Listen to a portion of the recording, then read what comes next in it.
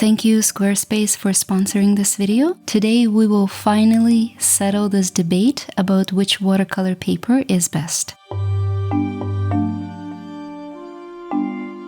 The most important decision you will make on your watercolor journey is the type of paper you choose. Watercolor beginners often don't realize that so-called hot versus cold pressed finish produces very different results and actually affects your entire painting experience. 9 times out of 10, when you blame yourself maybe for not having enough skill, for painting uneven washes, or struggling with dull colors and crisp edges, you are likely painting on the wrong type of paper. So the good news is that there is an easy fix simply by switching to a different paper, and I don't mean the brand, but to a different type of watercolor paper finish. You can instantly improve your results. In order to show you exactly what I mean and to help you understand the differences between hot and cold, I will paint the same flower, a beautiful orchid, on 2 types of paper so you can see and appreciate the differences for yourself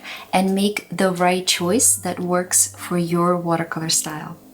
So let's paint the first version of our orchid, and I will start with hot pressed paper. This is Winsor & Newton, pure cotton, bright white, 140 pounds. Very good quality, pretty much as good as it gets. They make excellent watercolor paints and brushes, both student level and professional grade, and their paper is fairly new on the market, at least here in Canada. I've tested several blocks. They're all excellent. All that is to say, any limitations or issues that I will be noting are related to the hot pressed finish itself and not the paper quality. The first thing you may have already noticed is the fact that it dries out really quickly. Notice that I'm starting my wash by applying a very diluted layer of quinacridone magenta on each petal, and then my plan is to charge more saturated red using wet on wet method. So the idea is that my petal stays wet for at least 30 seconds so I can add some color. However, every time I started the petal, by the time I was done covering the segment with my first wash, it was already dry around the edges, those areas where I first put down my strokes. This can be very frustrating if you love working with watercolors and enjoy using wet on wet techniques like I do. This hot pressed paper is drying very fast, not allowing me enough flexibility to play with colors.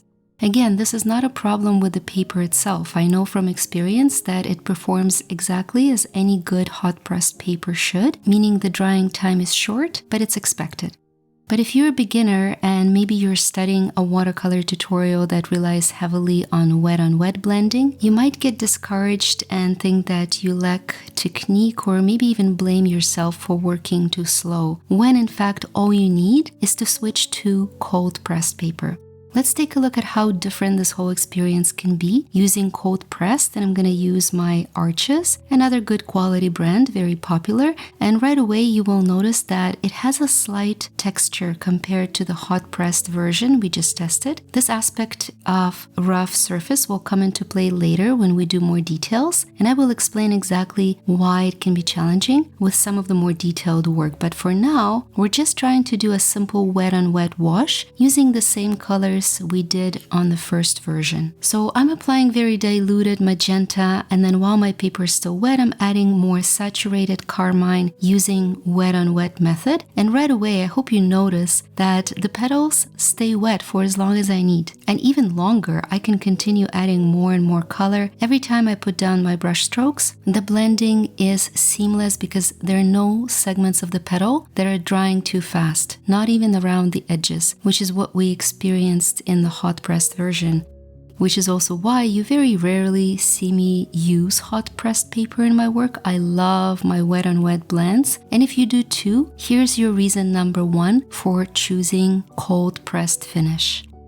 Another aspect that will be important if you like seamless color blending is how easy it is to create a continuous wash, even when you need to take the time to work around the details. So even though it took me a while to paint around the white spots on the bottom petal, each time I paused my wash to apply negative painting technique and get these very nice, precise silhouettes, every time I came back to continue my wash, there was no awkward edge. I just just kept working left to right, and the resulting layer of color all over this petal looks like I did it in one go very quickly because there are no visible interruptions to this layer of color.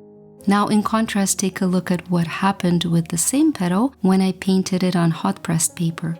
Every time I paused to paint around the white details, edge of my wash dried out instantly and the overall shape was quite uneven. It's not as beautiful, and I tend to work very fast, so it's not a technical issue. It's literally just about how quickly my wash was drying compared to the cold pressed surface. Now you might be thinking, why would I ever use hot pressed paper if it creates all these issues? Well, it has a lot of advantages too that come into play as we add more details to the orchid. Before I demonstrate them, allow me to tell you really quickly about the sponsor of this video. Squarespace is an all-in-one website platform for managing your brand, the one I'm currently using to build my illustration portfolio. I absolutely love how easy it is to customize my site using their guided design system. They call it the Squarespace Blueprint, and you can launch a completely personalized, beautiful portfolio without having to learn any complicated technology. You can choose from a variety of professional layouts and styling options, add products and services for sale. You can even offer online courses and memberships, and the entire website is optimized for search, so your work can get discovered more often and by more people. So make sure to check out squarespace.com for a free trial, and when you're ready to launch your website, go to squarespace.com/Anna Bucciarelli. This way you can save 10% off your first purchase of a website or domain. Back to the orchid and the two types of paper we're exploring and evaluating. So I'm going to explain why you may want to choose hot pressed paper after all, despite the fact that it dries out rather quickly. And the key thing you need to know about hot pressed is that it undergoes extremely high temperature pressing during production, resulting in a very smooth surface. And this fine grain we get on hot pressed surface allows for much more precise and detailed strokes. So if you like to have crisp edges and very sharp lines, hot pressed paper is your best friend. I hope you can see from this example how the smooth surface is working to my advantage, helping me capture some of the more intricate details on the flower. It's a lot harder to do when you're painting on textured cold pressed paper, and so oftentimes what I recommend when my students want to achieve this high level of detail is simply switching to hot pressed paper.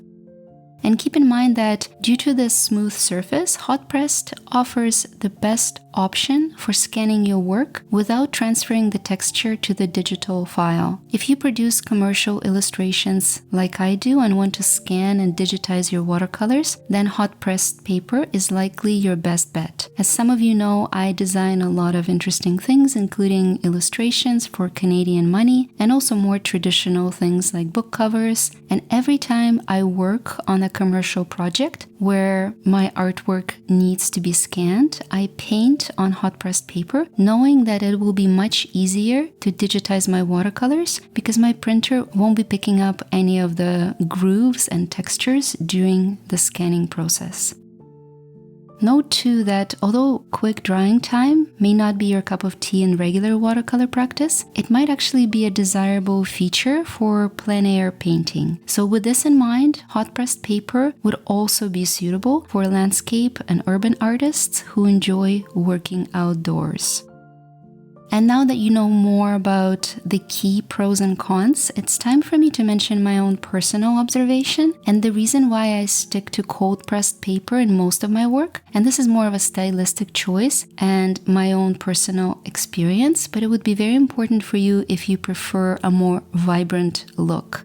So I find that my washes tend to look a lot more dull on hot pressed paper. After the water evaporates, everything always looks a little bit less vibrant and the color transitions are less striking. The proper term for this is drying shift, and to me it's always a lot more pronounced on hot pressed paper.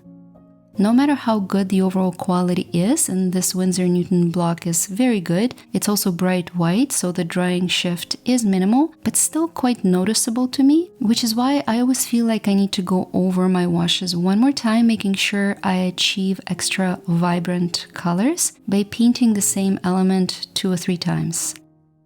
And every time I add some color, it just doesn't sink as well as it would on cold pressed surface. So you sort of see these different layers and it breaks up the overall harmony in my opinion. And in contrast, when I add additional washes on cold pressed paper, they tend to meld with the underlying layers seamlessly. And I can continue building additional value and make everything look extra vibrant, but also smooth as if it was done in one stroke. This cold pressed block is not even bright white, it's actually a milky color, but the results are so vivid and the layers are so smooth that I just can't imagine painting on anything else, unless of course I need to scan it afterwards. By the way, I will include a real-time recording of this orchid in my next Skillshare class, along with 2 other orchids so we can practice different watercolor techniques and color palettes, and you can be on the lookout for that next month. So in summary, fast drying feature of the hot pressed paper makes it rather difficult to paint seamless wet on wet washes, but the extra smooth surface makes it easier to achieve crisp lines. And hot pressed paper is also the best option for scanning your work and for outdoor plein air painting. Cold pressed paper, on the other hand, offers us plenty of drying time, providing a much better foundation for all sorts of wet on wet techniques. It might be tricky to get some of the more intricate lines, and you might need to invest in finer brushes for the detailed work, but the overall effect is much more smooth and harmonious, and in my experience also more vibrant. With this in mind, cold pressed paper is suitable for a wider range of artistic styles and techniques, from portraits to landscapes, and if you're like me, for botanical art. I recommend cold pressed paper as the most balanced choice in general, and especially for beginner artists. Just to be sure, I asked my Instagram followers which type of paper they love the most, and 80% of you said cold pressed, so I think we're on the same page more or less, but let me know in comments below which paper type you prefer. So I hope this was very informative, and some of the more experienced viewers might be thinking, Anna, what about the rough type of finish for watercolor paper?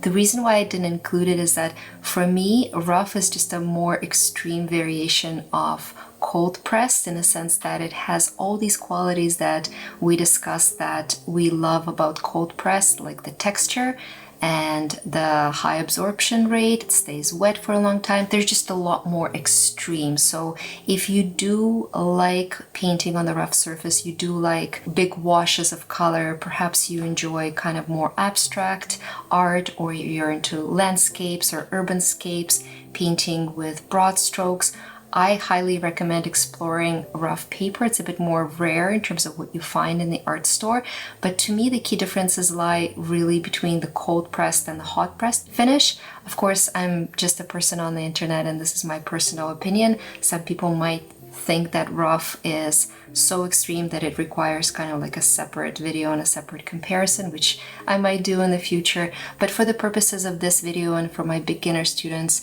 especially, I just wanted to highlight the 2 main types of paper that you typically find in the art store and the key differences between them. Let me know in comments below which one is your favorite, and thank you so much for watching and for your support. I will see you soon.